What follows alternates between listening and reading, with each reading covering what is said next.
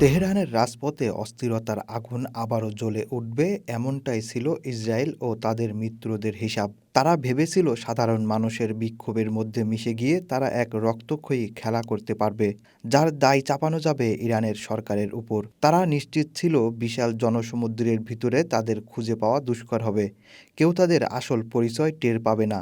কিন্তু তারা ভুল হিসাব করেছিল। ইরানের গোয়েন্দা সংস্থাগুলো যেন অন্ধকারে লুকিয়ে থাকা ঈগলের মতো সবকিছু পর্যবেক্ষণ করছিল। তারা সেই আগুন নিভানোর জন্য অপেক্ষার প্রহর গুনছিল। গতকাল রাতে সেই মুহূর্তটা আসে। তেহরানের বুকে ঘটে যায় এক নজিরবিহীন ঘটনা। ইরানের নিরাপত্তা বাহিনী এক ঝটিকা অভিযান চালিয়ে শহরে বিভিন্ন প্রান্ত থেকে একযোগে গ্রেপ্তার করে প্রায় ২০০ জনকে, যাদের হাতে স্লোগানের প্ল্যাকার্ডের বদলে ছিল হ্যান্ড গ্রেনেড এবং নাশকতার বিস্তারিত ব্লুপ্রিন্ট। তাদের হাতে যে অস্ত্রগুলো পাওয়া যায়, যা সাধারণ কোনো বিক্ষোভকারীদের কাছে থাকার কথা নয়, তাদের ব্যাগে পাওয়া যায় ছুরি, পেট্রোল বোমা তৈরির সরঞ্জাম এবং এমন কিছু গোলাবারুদ যা সাধারণত সীমান্ত এলাকা ছাড়া পাওয়া বিরল। এই দৃশ্য যেন কোনো ভয়াবহ সিনেমার দৃশ্যকে হার মানায়। গ্রেপ্তারকৃতদের জিজ্ঞাসাবাদে বেরিয়ে আসে এক হাড় হিম করা সত্য: এরা কেউ সাধারণ প্রতিবাদকারী নয়, এরা ইসরায়েলি গোয়েন্দা সংস্থা মোসাদের চর। তারা ইসরায়েলি পশ্চিমাঞ্চলীয় প্রদেশগুলো থেকে বিশেষভাবে তেহরানে এসেছিল শুধুমাত্র বিশৃঙ্খলা সৃষ্টি করার জন্য।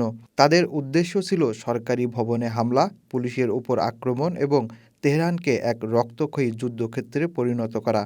তারা ভিড়ের মধ্যে মিশে গিয়ে পিছন থেকে গ্রেনেড মারতে চেয়েছিল, যাতে নিরীহ মানুষ মারা যায় এবং সেই দায় চাপানো যায় নিরাপত্তা বাহিনীর ওপর। এটি একটি মিথ্যা পতাকার অভিযান, যার উদ্দেশ্য ছিল ইরানের ভিতরে এক গৃহযুদ্ধের মতো পরিস্থিতি তৈরি করা। কিন্তু ইরানের গোয়েন্দারা তা আগেই ধরে ফেলে। জিজ্ঞাসাবাদে গ্রেপ্তারকৃতরা স্বীকার করে যে তারা কুর্দিস্তানের কমলা পার্টির সদস্য বা সহযোগী। ইরান ইতিমধ্যে এই সংগঠনকে সন্ত্রাসবাদী সংগঠন হিসেবে ঘোষণা করেছে। তাসনিম নিউজ এজেন্সির নিউজ অনুযায়ী এই ব্যক্তিরা সরাসরি কমলা পার্টির কাছ থেকে নির্দেশনা পাচ্ছিল। তাদের বলা হয়েছিল কোথায় আগুন লাগাতে হবে, কোন রাস্তায় ব্যারিকেড দিতে হবে এবং কখন পুলিশের ওপর হামলা চালাতে হবে। দীর্ঘদিন ধরে ইরানের বিরুদ্ধে সশস্ত্র সংগ্রাম চালানো এ কমলা পার্টির ঘাঁটি ইরানের কুর্দিস্তানে। অভিযোগ রয়েছে আমেরিকা ও ইসরায়েল এই পার্টির অস্ত্র ও অর্থ দিয়ে সহায়তা করে। এই ২০০ জনকে পাঠানো হয়েছিল ইরানকে অচল করে দেওয়ার জন্য। তবে এই ষড়যন্ত্রের শিকড় আরও গভীরে।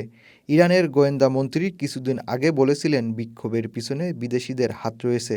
আজকের এই গ্রেপ্তার সেই দাবির সত্যতা প্রমাণ করল। কমলা পার্টি একা এই কাজ করতে পারবে না, তাদের পিছনে রয়েছে মোসাদ।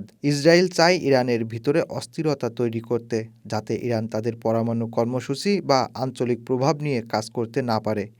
গ্রেপ্তারকৃতদের ফোনে বিদেশি নাম্বার পাওয়া গেছে, তাদের ব্যাংক অ্যাকাউন্টে বিদেশ থেকে টাকা আসার প্রমাণও পাওয়া গেছে। ইসরায়েল সামনে না এসে কুর্দিদের দিয়ে এই কাজ হাসিল করতে চেয়েছিল, তাদের ব্যবহার করেছিল দাবার গুটি হিসেবে।